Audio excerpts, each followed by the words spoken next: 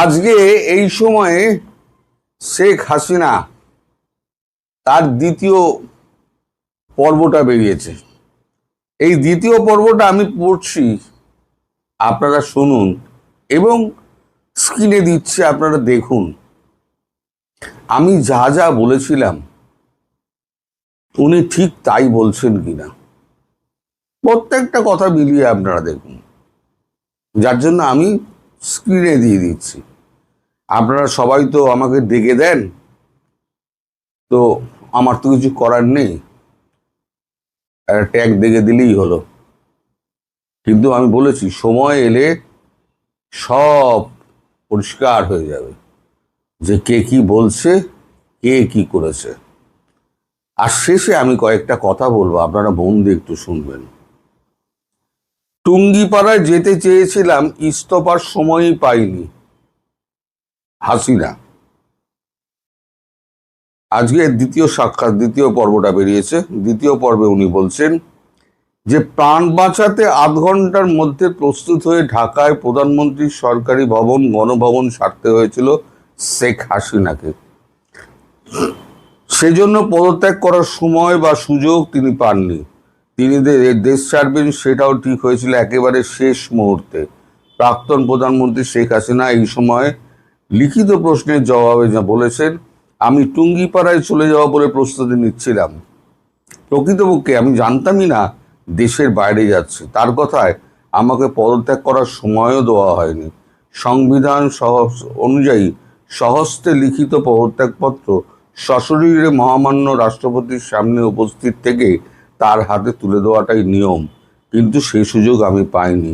গণভবন আক্রমণ করতে এলে আমার হাতে সাকুল্যে 30 থেকে 40 মিনিট সময় ছিল। ঢাকার একটি সংবাদপত্রের বিশিষ্ট এক সাংবাদিক সম্প্রতি সাক্ষাৎকারে দাবি করেছেন, 2024-এর 5ই আগস্ট আন্দোলনকারীরা গণভবন ঘিরে ফেললে তৎকালীন প্রধানমন্ত্রী শেখ হাসিনা রাষ্ট্রপতির উদ্দেশ্যে 3 পাতার পদত্যাগপত্র লিখেছিলেন।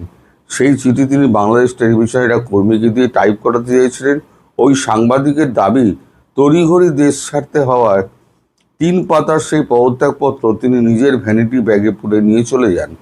শেখ হাসিনাকে প্রশ্ন করা হয়েছিল, সম্প্রতি একটি সংবাদপত্রের সম্পাদকের দাবি ঘিরে আপনার পদত্যাগের বিষয় বেশ সামনে এসছে, আপনি কি আদৌ রাষ্ট্রপতি শাহাবুদ্দিনের সাহেবের হাতে পদত্যাগপত্র জমা দিয়েছিলেন, অথবা 3 পাতার একটি পদত্যাগপত্র লিখেছিলেন যা পরে আর স্বাক্ষর করে জমা দেননি? এই প্রশ্নের উত্তরে মুজিব কন্যা বলেছেন, আমাকে দেশ ছেড়ে চলে আসতে হবে এটা আমি কোনোদিনও ভাবতে পারিনি। আমি দেশের মানুষের স্বার্থে আর্থসামাজিক উন্নয়নের জন্য, তাদের উন্নত জীবন নিশ্চিত করার জন্য দিনরাত অক্লান্ত পরিশ্রম করেছি। তাদের লাশ বানিয়ে ক্ষমতায় টিকে থাকার চিন্তা কোনোদিনই ছিল না। হাসিনা সংযোজন 5ই আগস্ট কোনো স্বাভাবিক দিন ছিল না। সেদিন বাংলাদেশকে একটি ভয়াবহ সংঘর্ষের দিকে ঠেলে দেওয়া হয়েছিল।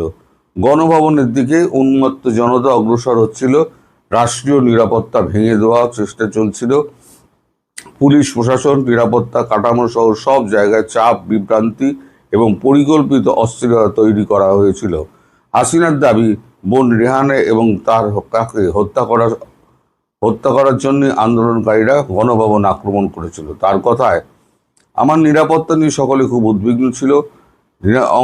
আন্দোলনকারীরা রেহানা এবং আমাকে হত্যার উদ্দেশ্য নিয়ে গণভবন আক্রমণ করতে এসেছিল। তাদের অনেকেরই বক্তব্যেই এটি উঠে এসেছে যে লাশ ফেললে সরকার পড়ে যাবে। ভুয়ো আইডি কার্ড বানিয়ে গণভবনের লোক নিয়ে আসা হয়েছিল। এই কথা ব্র্যাকেটে আন্দোলনের সমন্বয়কারীরাই স্বীকার করেছেন। হাসিনা বুঝিয়েছেন, এই অল্প সময়ে 30-40 মিনিটে বসে পদত্যাগপত্র লেখার মতো সময় তার ছিল না। যেটা আমি বারবার বলেছি, ওই হইচইয়ের মধ্যে, ওই গণ্ডগোলের মধ্যে তার পদত্যাগপত্র লেখার কোনো রকম অবস্থা ছিল না। হাসিনাকে প্রশ্ন করা হয়েছিল, জুলাই আন্দোলন মোকাবিলায় প্রাণহানির ঘটনায় আন্তর্জাতিক অপরাধ ট্রাইব্যুনাল ICT আপনাকে নির্দেশদাতা হিসেবে অভিযুক্ত করে দণ্ড দিয়েছে। সম্প্রতি আপনি রাষ্ট্রপুঞ্জের মানবাধিকার বিষয়ের হাইকমিশনের কাছে আইনজীবী চিঠি পাঠিয়ে তাদের রিপোর্টে দেওয়া প্রাণহানির তথ্যের সংশোধনের দাবি জানিয়েছেন। বাংলাদেশের রেজিম চেঞ্জের পরিকল্পনায় রাষ্ট্রপুঞ্জের এই শাখাটি যুক্ত বলে কি আপনি মনে করেন? প্রাক্তন প্রধানমন্ত্রীর জবাব, আন্তর্জাতিক অপরাধ আইন অনুযায়ী 1973 সালে 71 যুদ্ধাপরাধীদের জন্য আইসিটি আন্তর্জাতিক অপরাধ ট্রাইব্যুনাল গঠন করা হয়েছিল। অবৈধ অন্তর্বর্তী সরকার বেআইনিভাবে ট্রাইব্যুনাল পুনর্গঠন করে আমার বিরুদ্ধে মিথ্যা এবং রাজনৈতিক উদ্দেশ্য মনোনীত বিচার কার্যক্রম পরিচালনা করেছে। আমাকে যে মৃত্যুদণ্ডের রায় দেওয়া হয়েছে সেটি কোনো বিচার নয়, এটি যুদ্ধ অপরাধীদের বিচারের প্রতিশোধ মাত্র। তিনি আরও বলেন, 2024 জুলাই আগস্টে যে আন্দোলন হয়েছিল সেটি স্বতঃস্ফূর্ত আন্দোলন ছিল না। কোটা পরিবর্তনের দাবির আড়ালে এটি ছিল একটি সরকার পরিবর্তনের ষড়যন্ত্রমূলক আন্দোলন, যাতে দেশি বিদেশি স্বার্থান্বেষী গোষ্ঠী জড়িত ছিল। অবৈধ অন্তর্বর্তী সরকারের প্রধান উপদেষ্টা হিসেবে ক্ষমতা দখল করা ব্র্যাকেটে মোহাম্মদ ইউনুস নিজেই এই আন্দোলনকে মেটিকুলাসলি ডিজাইন বলে উল্লেখ করেছেন। এই ষড়যন্ত্রকে সফল করার জন্য ষড়যন্ত্রকারীরাই হত্যাকাণ্ডের পথ বেছে নিয়েছিল। তার সংযোজন এই আন্দোলনের নেতৃত্বকারী ছাত্রীরা প্রকাশ্যে গণমাধ্যমে বলেছে, আন্দোলন সফল করার জন্য তারা পুলিশ হত্যা করেছে, মেট্রো রেলে আগুন দিয়েছে। আন্দোলন সফল না হলে সশস্ত্র বিপ্লবের পরিকল্পনার কথাও তারা স্বীকার করেছে।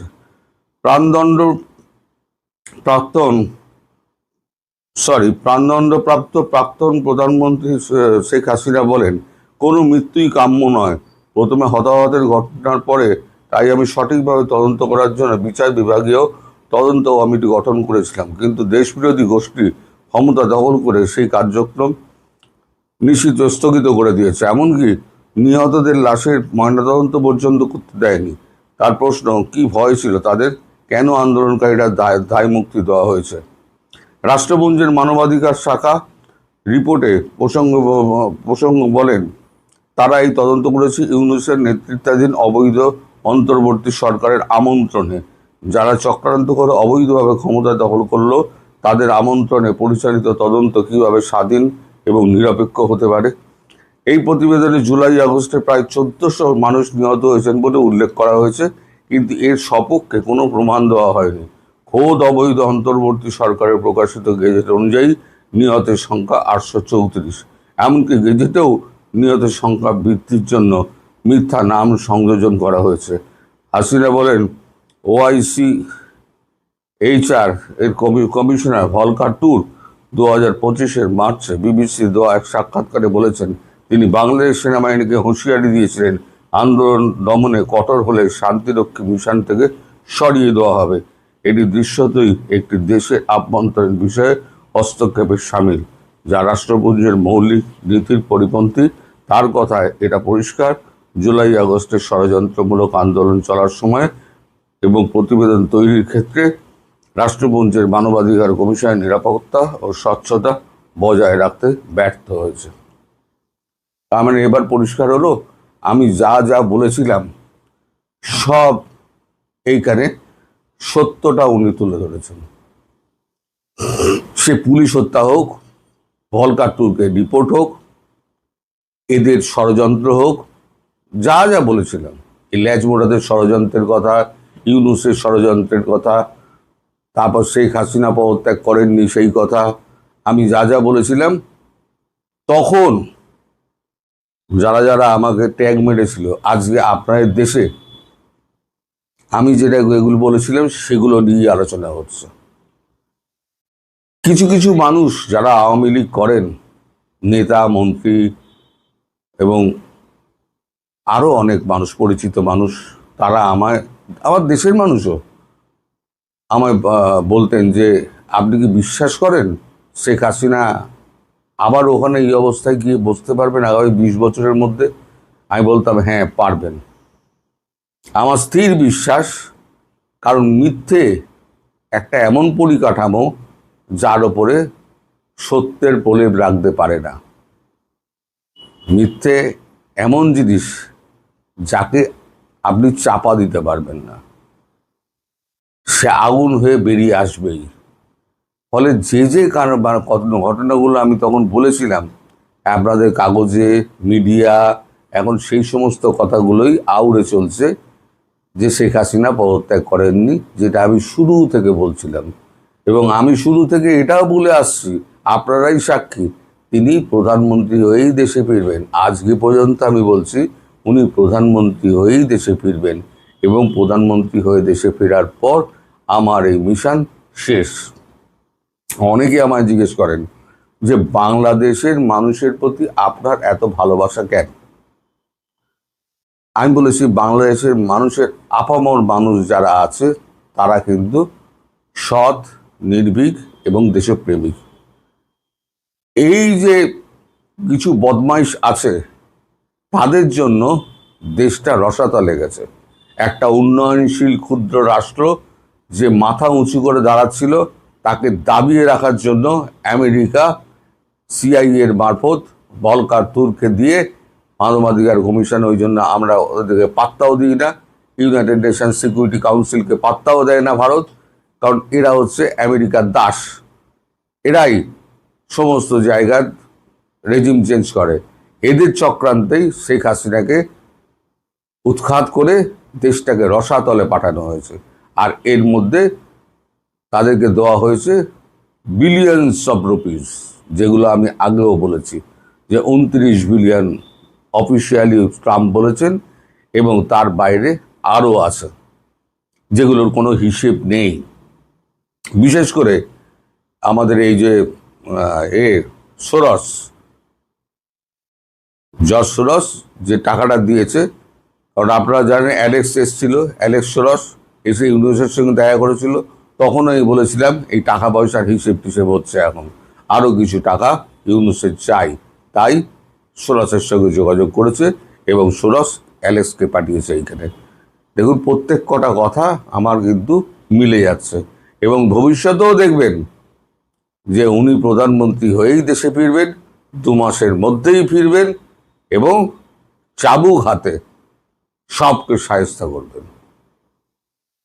আমার মিশন বলে কিছু নেই, মিশন আছে, মিশন একটাই, সেটা হচ্ছে শেখ হাসিনাকে তার জায়গায় পুনর্স্থাপন করা।